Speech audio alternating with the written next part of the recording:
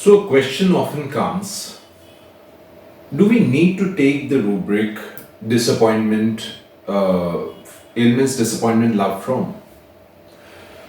And I often tell my students that this being a clinical rubric, what we need to understand is that this is an event that has happened in the life of a person.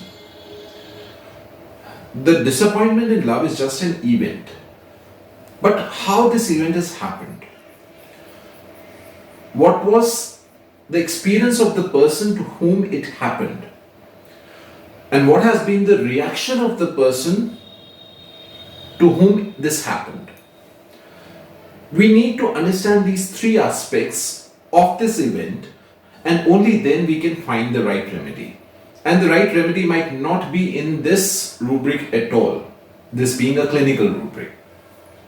For example, when I say how it happened, now for a person, it can be it happened. For another person, it can be it happened to me. For a third person, it can be he did it to me. And for a fourth person, it happened because of somebody else. So although the event is same, but how it is being affected, that leads to very different remedies. One person feels that it happened, another feels it happened to me, other feels somebody did it to him. What was the focus? Obviously, both the people are party. But where is the feeling? Is there a feeling of being a victim or not? And then what is the experience when this happened? Experiences can vary from one person to another. One person can have the experience, he cheated on me. So there is a feeling of being cheated, feeling of being betrayed. Another person can have the feeling, I was just not good enough for him. Third person can have the feeling, oh, she was much prettier than me. A fourth person can have the feeling, what will I do now without him? I can't live without him. A fifth person can have the feeling, who will now take care of me?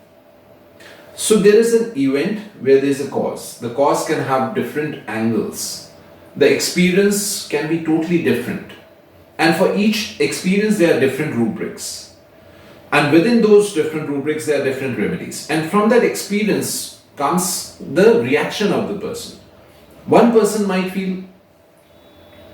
have the reaction of resignation. I can't do anything about it. I need to move on. Another person can have the reaction, I'll find somebody better. He was just not worth it. A third person might have the reaction, I'll show that person that what he did was wrong. I'll not leave him like this. I'll destroy him. A fourth person can have the reaction, I just don't want to die. I just don't want to live without this person. Now, all these are different reactions, and there can be dozens of different reactions. For each reaction, we have different rubrics, and each rubric has different remedies. So when we are trying to find the remedy of a person who has a history of a heartbreak, we do not need to just simply take the rubric ailments, disappointment from love. You're not going to hit the right remedy often. What you need to understand, how the cause has affected this heartbreak. What was the experience of this person in that heartbreak? And how has this person reacted after it? Is this a silent grief? Or has the person become hysterical? Or has the person become suicidal? Or has the person become revengeful? What is the reaction?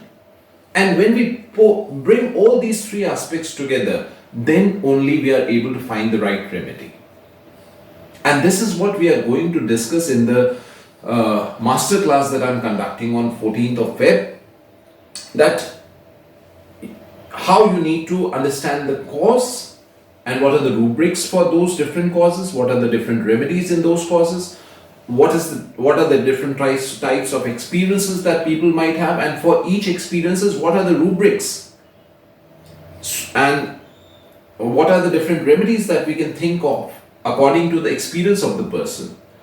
And similarly, then what are the reactions of the different possible reactions, and what are again different rubrics that cover those experiences, and what are the different remedies that cover those experiences.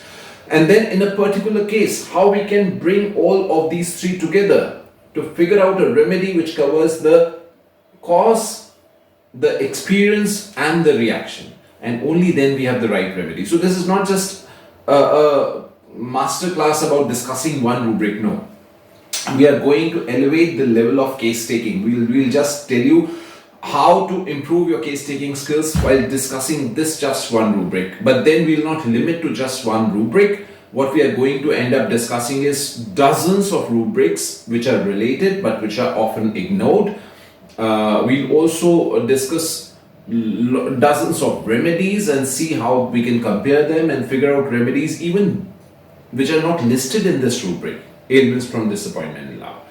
So this is what is on the table for this 14th of Feb masterclass. Don't miss it. It's one of its kind. Never ever before one rubric has been used to teach at so many different levels and cover so much of homeopathy. So I hope you will join me on 14th of Feb. I'm looking forward to your presence. So be there. Thank you.